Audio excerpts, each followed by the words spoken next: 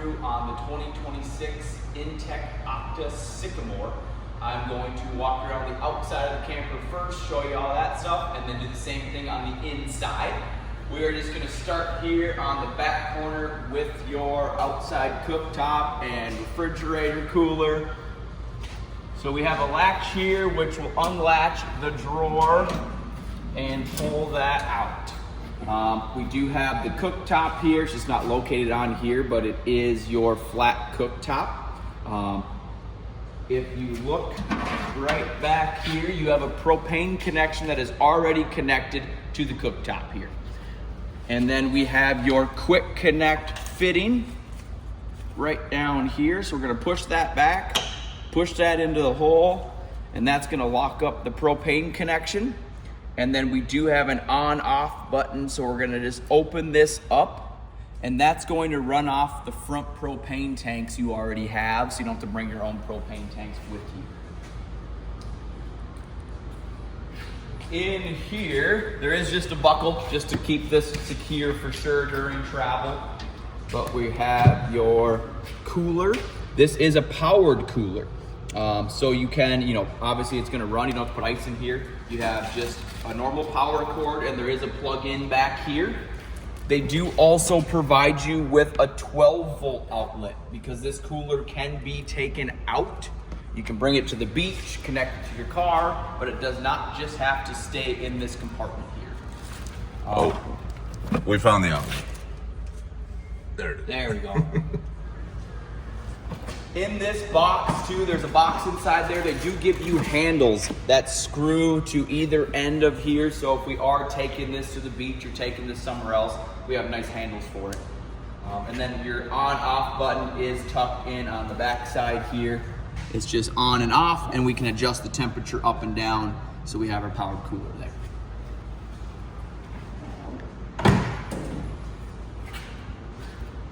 Right here, this is a nice door for your bunk area. It does have a magnet over here, so it's not flopping in the wind. The big thing about this door is this whole bunk flips up, which will show you inside, but now we have more compartment space, so we can put bikes in here, whatever else. Or this does turn into an office space, which again, I'll show you inside. Now we can have this door open and just have good airflow while we're at the campsite working. So again, here's the magnet for the door, just so it's not flopping in the wind. And then we have a couple outside plug-ins for whatever I choose to plug in out here. On the camper itself, we do suggest to get a bearing pack about every 4,000 miles, every 3 to 4 years. We don't hit that mile marker. We're just replacing the bearings, the seals, the grease, just to make sure everything's moving the way it's supposed to in those axles. So keep that in mind, really for any travel trailer. We got outside lights everywhere, a big Girard awning. We'll bring that out inside. LED lights, we'll show you all that inside the camper. We will show you the steps now. So these are down. When you are traveling, they just flip up into the door, and you have a latch right there. And then we get to the campground, we're just gonna release the latch. We can pull pins on either side and adjust the feet up and down. So no matter how unlevel the ground is, we adjust the feet, and they're always nice and stable when we put them down. We'll come here. This main door has a magnet up top here. It's the same thing. So when we're just using the screen, now the main door is not flopping back and forth in the wind. That just closes right up. We do have a nice shade on the window that just goes up and down like the rest of your windows. Coming up here, this is your full pass-through compartment space. They do give you a cover for the front window. It just buttons on up here. That is a travel cover. It is an automated rated windshield, but it's just extra protection for that window while you're traveling from rock chips or anything like that. Up front here, you do have two 20-pound propane tanks. Those would be filled and ready to go for you. They're just turning on top, just like your standard grill tank would do. And then right here is the selector. So I'm gonna turn it to this left-hand tank right now, meaning it's gonna draw from that tank first. As soon as that tank runs out, this will turn red like it is. And if your second tank is open, it will automatically start drawing off the second tank. There's really no right or wrong way to do it. You can open them both, pick whatever one you want to first. I personally like to leave one closed, so when it is empty, I know that it's empty.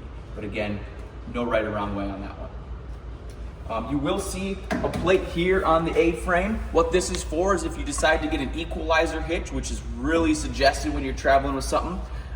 These are for the equalizer bars. It's just an extra plate here for security on the A-frame. And we have our Lippert tongue jack. So we have a little on-off for a light right here for ever hooking up at night. And then just simple extend and retract for hooking up and disconnecting. Very nice and easy.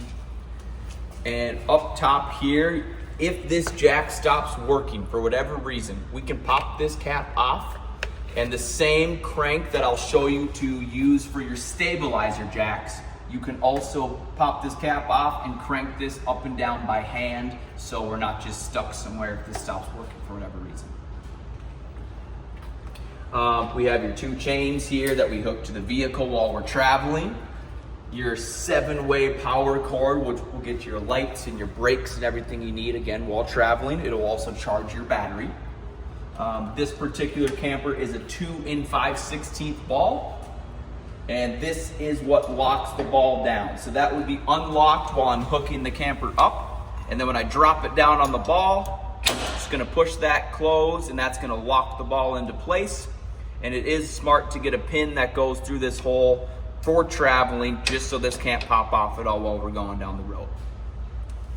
And then you will see a breakaway cable on any camper, any travel trailer or fifth wheel. Always make sure this is hooked to the vehicle. I hook it right to where I hook my chains on the loops of my truck. This is for whatever reason, if the camper came disconnected while you were traveling, this cord yanks out from a box underneath the A-frame here, and that just seizes up the brakes so it's not just flying down the road. Hopefully that never happens, but just make sure this is hooked up all times during travel. We will come around here to the off-door side of the camper, just the other side of the compartment. It is a 50 amp unit. This is the power cord that would come with the camper. I'm using my own power cord today. And just right next door, this is just the vent for your battery. So nothing you have to do here. The batteries are just inside located. This is the vent here for that. We look underneath here. This is where you would store your sewer hose. So that just opens right up. Sewer hose can store in there very nicely when we're not using it. If you get a sewer hose with a little elbow on it, you just have to take the elbow off, but the rest of it will fit in the tube here for you.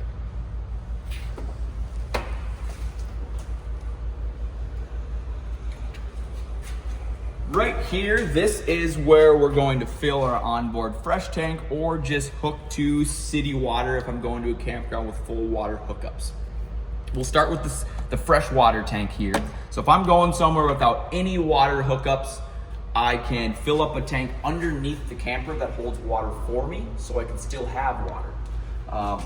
You could just dump a bucket of water in this hole if that's all you had, or you could fill it with a hose at a fill-up station. Once this tank is full, there is an overflow tube underneath that will just start pouring out onto the ground so you know that it's full.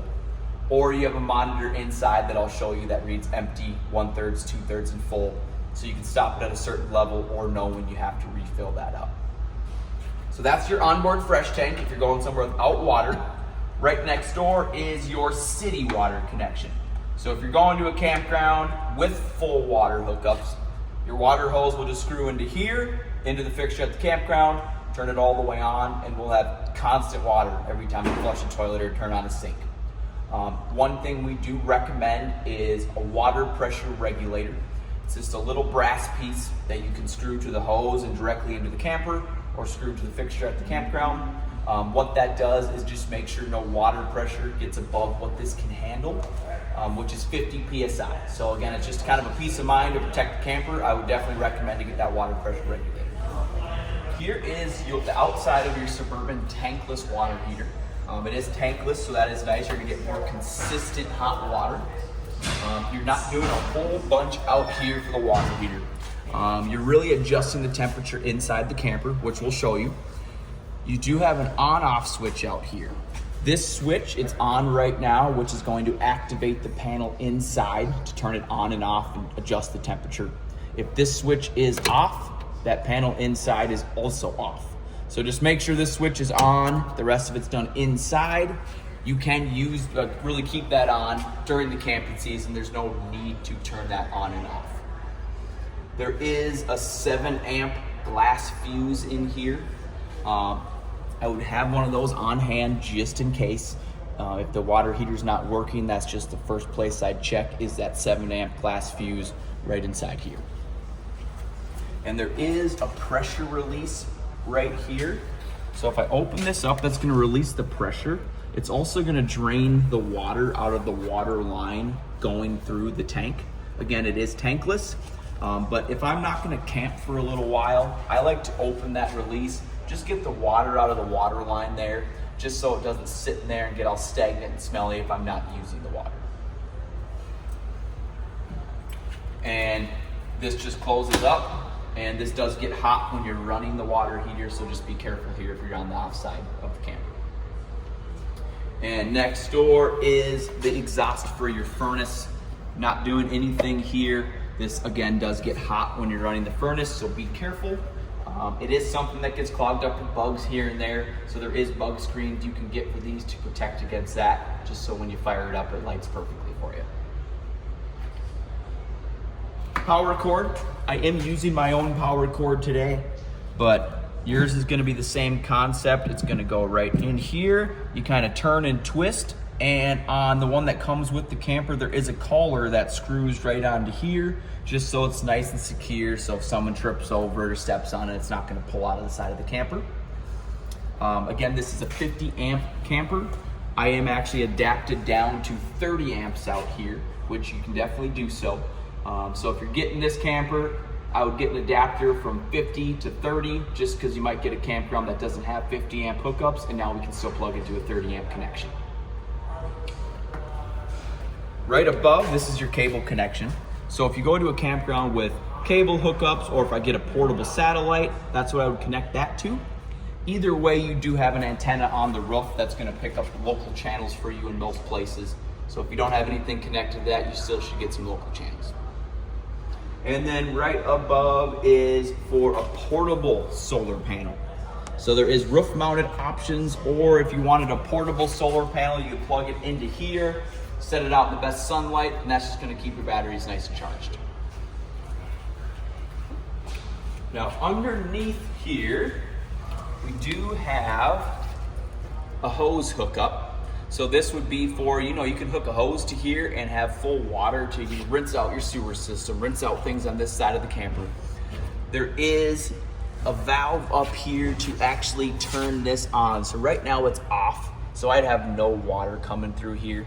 I can turn this on, and now I'd actually have water coming through here, so I can use my hose spigot.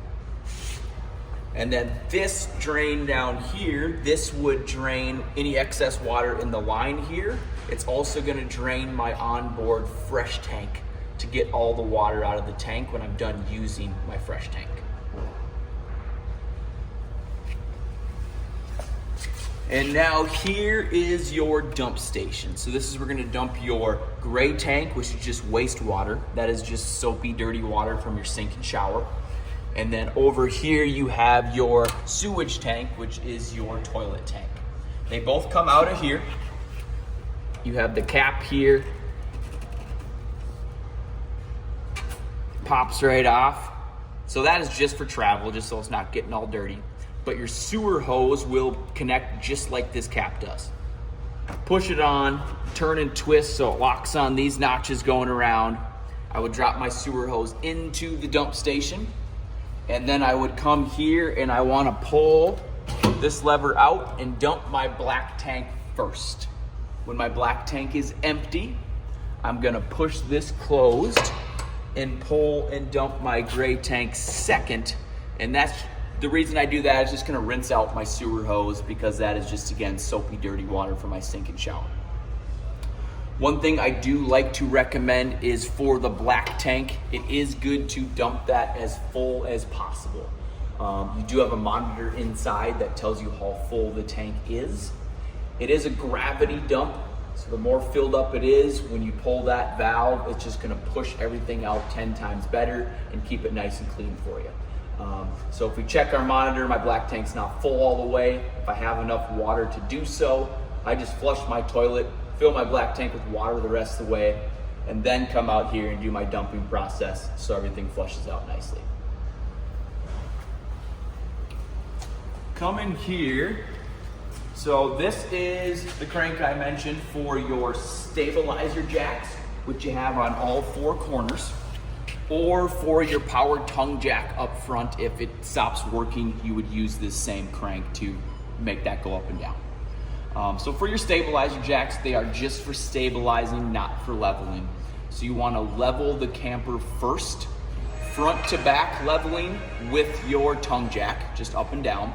Side to side leveling, if it's uneven at the campground, you have to drive up on some blocks of wood or Lynx levelers to level side to side. Once you level the camper, then we're gonna come here and crank these down.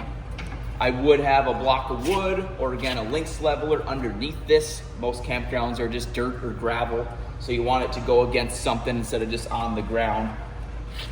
We're just gonna sit here and crank this down.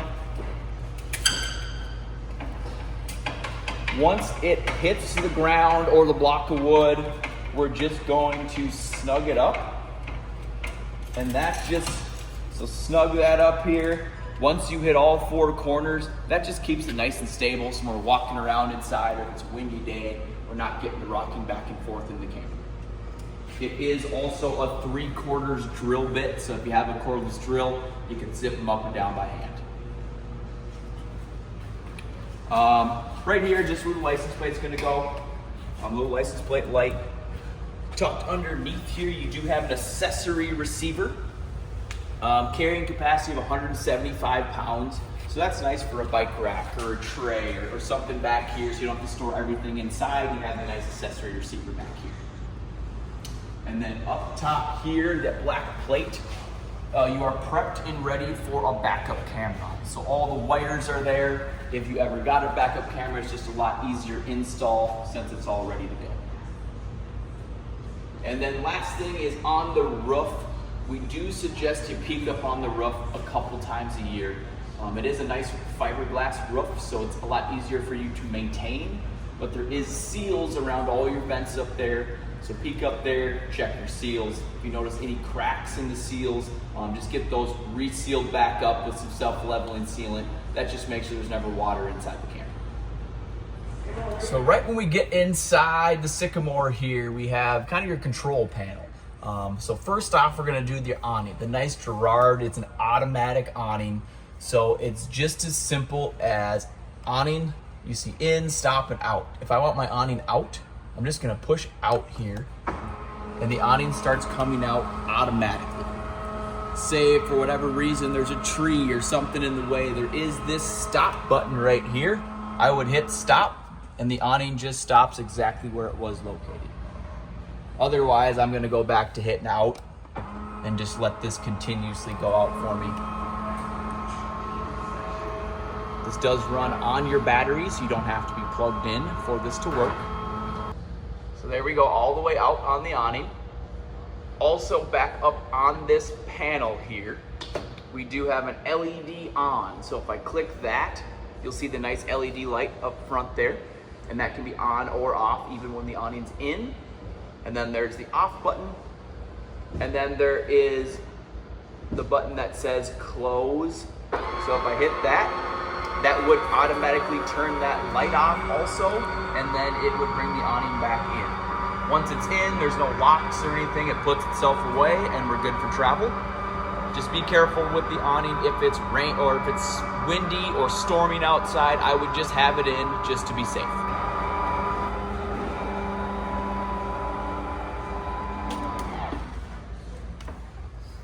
So that was your whole awning panel right there, labeled really nicely, very easy.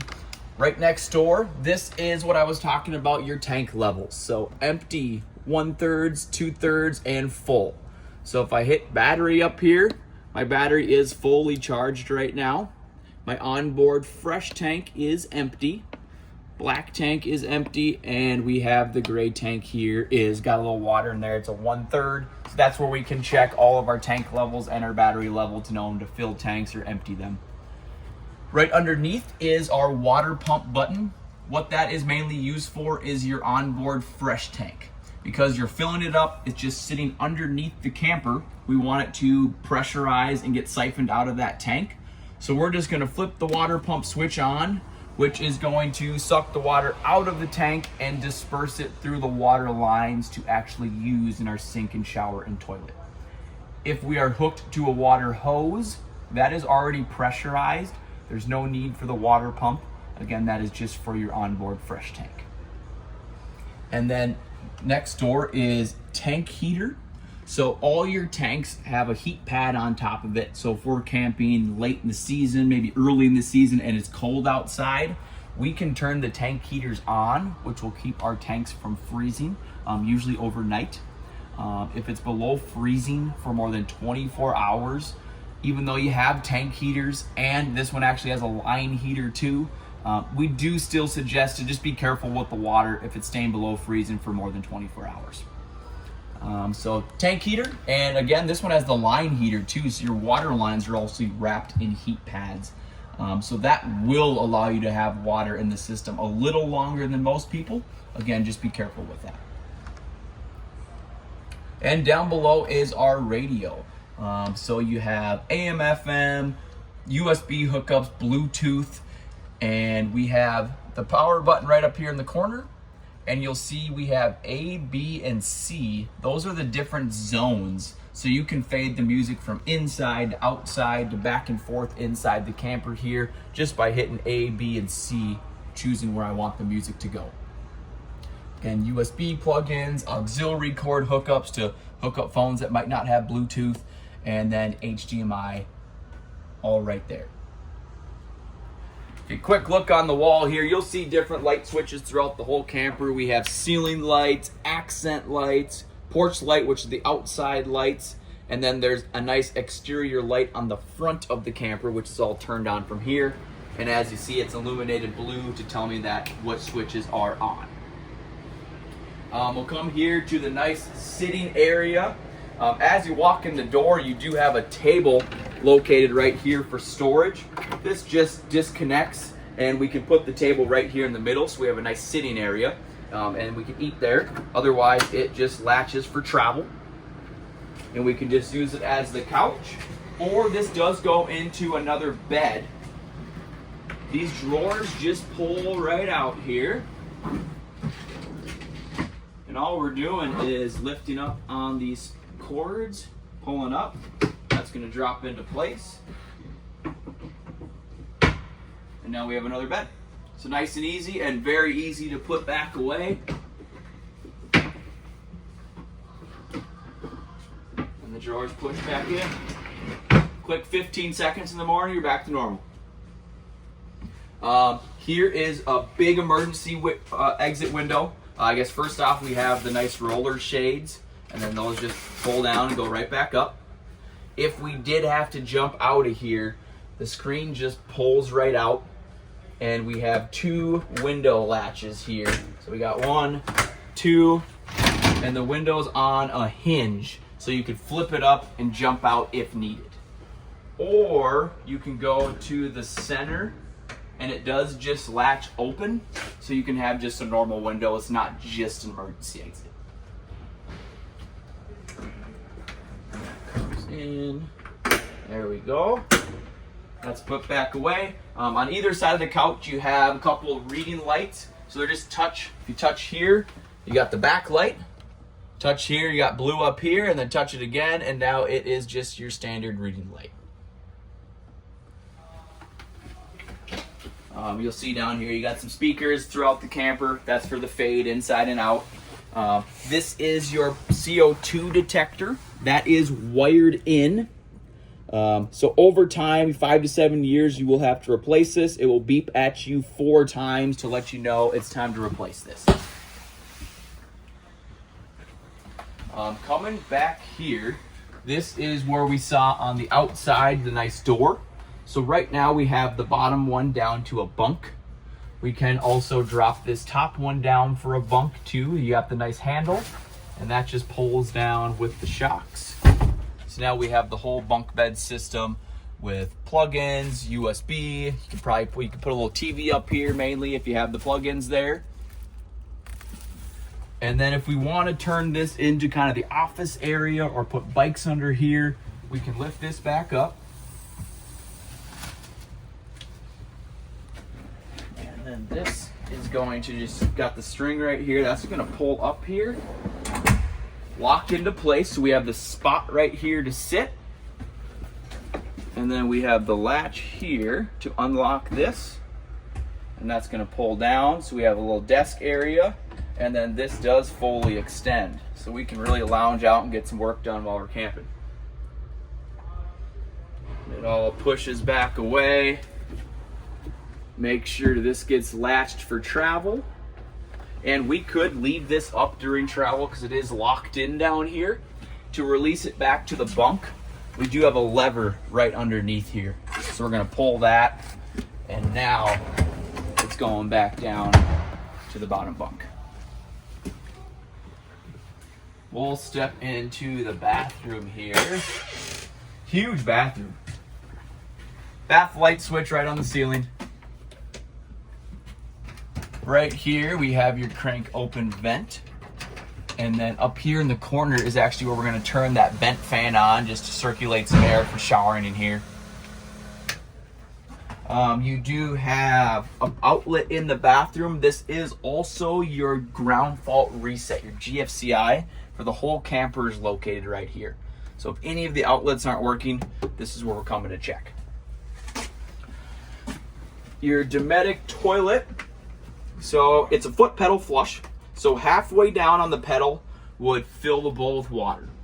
All the way down on the pedal would open the hole and water would continuously come out to flush everything down. We do suggest you use RV specific toilet paper and RV toilet chemical. The toilet paper just breaks down easier. And then the toilet chemical, every time I go to the campground and I start with a fresh, empty black tank, I want to either pour some liquid chemical down or they make little pods. Either way works. You drop it down the toilet into the tank, mix it with a little bit of water, and that just helps break things down and helps with smells as we're using the tank, and then keeps it nice and clean for us. Storage, you will notice ducts down towards the floor throughout the camper. Those are heat ducts. And then in here is the shower. We do have a light switch on the wall, waterproof light switch there. And then the same crank open vent, and then the button up here to turn the fan on, just like in the bathroom here. In the shower has the same one. So big shower, nice little seat there.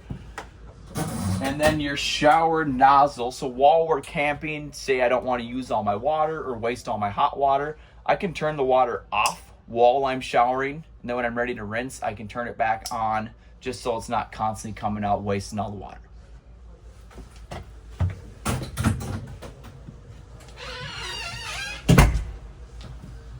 All right. So coming here, we're at the refrigerator. Freezer, refrigerator. This is a 12-volt freezer and refrigerator, so it runs solely on your battery. Very efficient. Does not take much battery power. Only takes about 1 hour to fully cool down. So definitely run this as you're going down the road because your truck's charging your battery. When you're plugged in, the camper's charging your battery. So you don't really have to worry about the battery dying from the refrigerator. And tucked in at the top here, this is how you turn it on.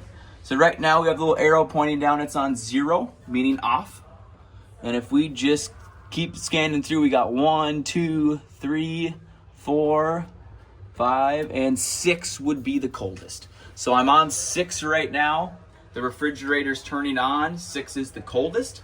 That's what I would personally have it on when I first turn it on, just to fully cool down. And then if you want to dial it back, you can just dial it to whatever number you choose, and it's going to stay on for you. And then you want it off, you just turn it right back to 0. That's going to cut all power to the refrigerator for the storage process. And make sure we have a click there. That just tells me it's shut and latch shut for travel. Over here, plug-ins, kitchen accent light up above top there. Looks like we got USB plug-ins. We do have another fan up here on the ceiling. And instead of having to crank this one up and down, we do have an automatic button here. So I can hit fan on. It's going to open automatically. If you notice up here too, it has the little umbrella. It has the rain sensor on it. So if it starts raining, it will close automatically. And then back to the on and off button. It has fan on 1, 2, 3, and 4. So the more times I click it, the fan's going to get a little faster. 4 being the most, 1 being the least. And then when I'm done, I can do fan off, and it will just automatically close on its own.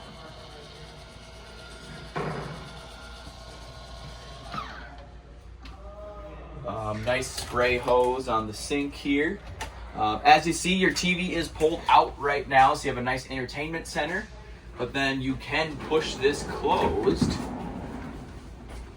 Get the TV totally out of the way. You have another latch right here for travel, just like that back office area. So make sure that's just latched up so it's not banging back and forth during travel.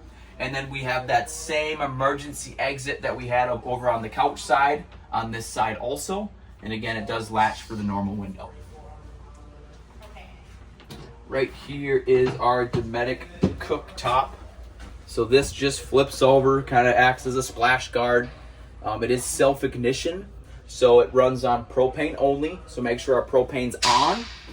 We're going to turn this dial to light, which it shows me it's running the left burner here.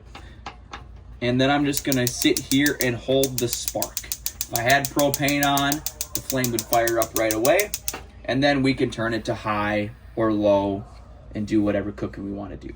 And same thing with this burner. Turn it to light, hold my spark here, and the flame will pop up. The first thing I like to do is if I'm going to use any propane, I like to start my burners first just to get the propane flowing through the camper. That tells me I got good propane when the flame pops up here, and now everything I use on propane is going to fire up right away. So you don't have to do that. It's just a good way to get the air bubbles out of the propane lines is with your cooktop here. If you are cooking here, just make sure this is cooled down before we put the glass top back down. And then down below here, this is kind of a microwave, oven, multiple different things. So you can just open this up, use it as a normal microwave where you type in your 30 seconds, warm something up, pop some popcorn. Or we have the convection setting, so we can actually preheat this to 300, 400 degrees and cook and bake whatever we can fit inside here.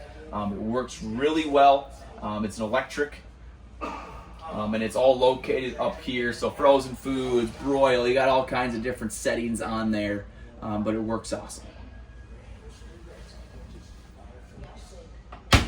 Storage everywhere. Oh, it looks like we got remotes. All the TVs are smart TVs, so that's nice. If we have Wi-Fi, we can get all of our apps on the TVs. And then there will be a remote for the radio I showed you right when we got inside. So you can do everything from the radio or with the remote here. I am going to dial back to the wall here. So we have a thermostat also. So this one does have 2 air conditioners. That's why there's 50 amps for the plug-in. If we do adapt to 30 amps like I'm doing out here, it is suggested you just run 1 air conditioner so it's not drawing so much power. But it's very easy. So it's off right now. If I click this button, off's going to start blinking.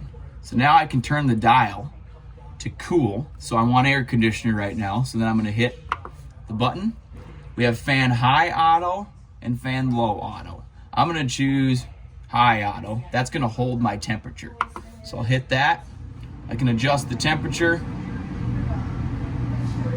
So 52, that's what we're rocking with today. The air conditioner, this one's first. The other thermostat is in the bedroom for the second AC. I have these flaps open right now, so the AC is just pouring out right here. If I close them, then it's going to feed through up here, kind of in the duct system, to run through the whole camper. And then you will notice you have 2 filters up here. They're nice and clean and black right now. You'll see them getting a little dusty. Pop them down, clean them, and put them right back up. They're reusable filters. And then we'll quick go back to the thermostat. If I don't want air conditioner anymore, I'm gonna turn this to heat. Click heat. And then again, adjust my temperature up and down. Your heat is propane only, so make sure you have good propane. That does draw the most propane out of everything. So if I am doing later season camping, just make sure I have nice full propane tanks. And then the heat's gonna come out anywhere down towards the floor with these black circle ducts. And then it's actually, furnace is actually located right here, so you'll get some heat coming out of there. And then when I'm fully done with everything, back to the thermostat, we're just gonna turn that to off, and it's gonna shut down. The furnace usually takes a good 35, 45 seconds for that fan to stop running, and then it will fully shut off for you. Coming back towards the bedroom here, just good storage area, drawers going all the way down. This is for your microwave in there, microwave and cooktop, kind of the turntable that you've seen. Soft close, everything. Drawers and cabinets are all soft close. Close that up. And now into the bedroom area. We do have a sliding door here. It does have the latch. Make sure this is latched at all times during travel so it's not banging back and forth. Otherwise it lifts up, and we have the nice privacy door here. Coming over here on this wall, we have another thermostat. So it's the same exact thermostat as I just showed you. So I'm gonna click that. We'll go to cool. Same concept, and then that one is just located right out here. And same thing, we have the straight dump system, or if I close it, then we have the duct up here that it's going to feed into the bedroom with.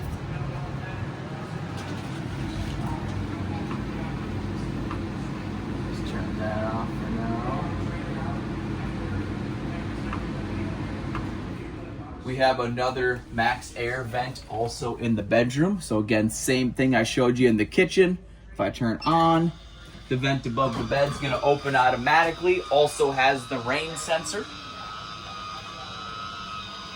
And then we can pick and choose our speed just by hitting 1, 2, 3, and 4.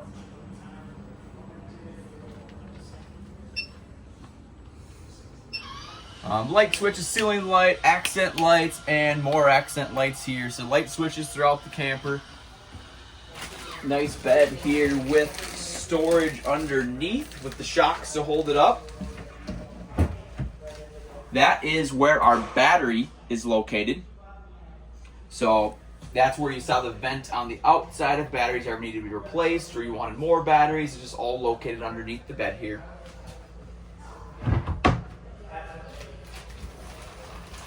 And then looks like 2 more windows, again latch open. They are all emergency exits again, just like the ones I showed you before. And we have plug-ins and USBs on both sides of the bed. Ceiling lights and the accent lights you can turn on and off from over here also, so you don't have to get up and turn them off on the wall. And the same style reading lights you saw by the couch there. And we do have the roller shade to come down over the big window, so when we're going to bed we can keep that light out. Smart TV on the wall there. And then one quick thing I wanted to show you back out here in the living room is in this cabinet we have First off, do the main power switch. So when I have my camper in storage, even though I have all the lights off, there's still a few things in here they call phantom draws, little lights that just kill my battery. So what I can do is just shut that off. That cuts all power to the camper. So when I'm in storage, it's cutting all power. So when I come back and I'm ready to use it, I can turn it back on and my battery still should be nicely charged because I had that shut off while it was in storage. And here is all your resettable breakers and fuses, which are labeled down here on a sticker. So pretty much besides the ground fault reset in the bathroom and that 7 amp glass fuse in the water heater outside, if something's going on, this is where I'm coming to either reset a breaker or replace a fuse. You're running pretty much all 15 amp fuses, a couple 20s, a couple 30s, and some 25s. Just have some of those on hand with you so it's easy to replace if something does go off. And then this converter is lithium ready. So if I ever chose to get a lithium battery, instead of having to spend a bunch of money on a new converter, all I do is I have to flip a switch inside there and now it runs on a lithium battery. And then last thing in here is the water heater controller. So if you remember outside, you had that on-off switch. If that switch is off, the lights you see here will not be on. So all you have to do is make sure that switch is on outside. And again, you can leave it on because then right here is actually where I'm turning it on and off. So I push power here.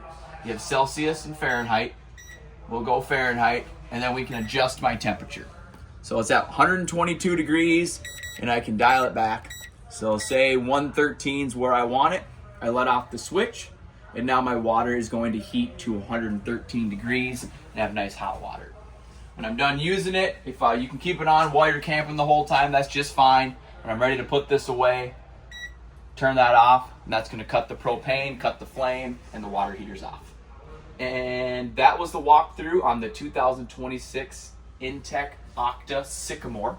If you have any questions for us, please feel free to give Hilltop a call at Fridley, Rochester, Brainerd, and Alexandria. We'd be happy to help.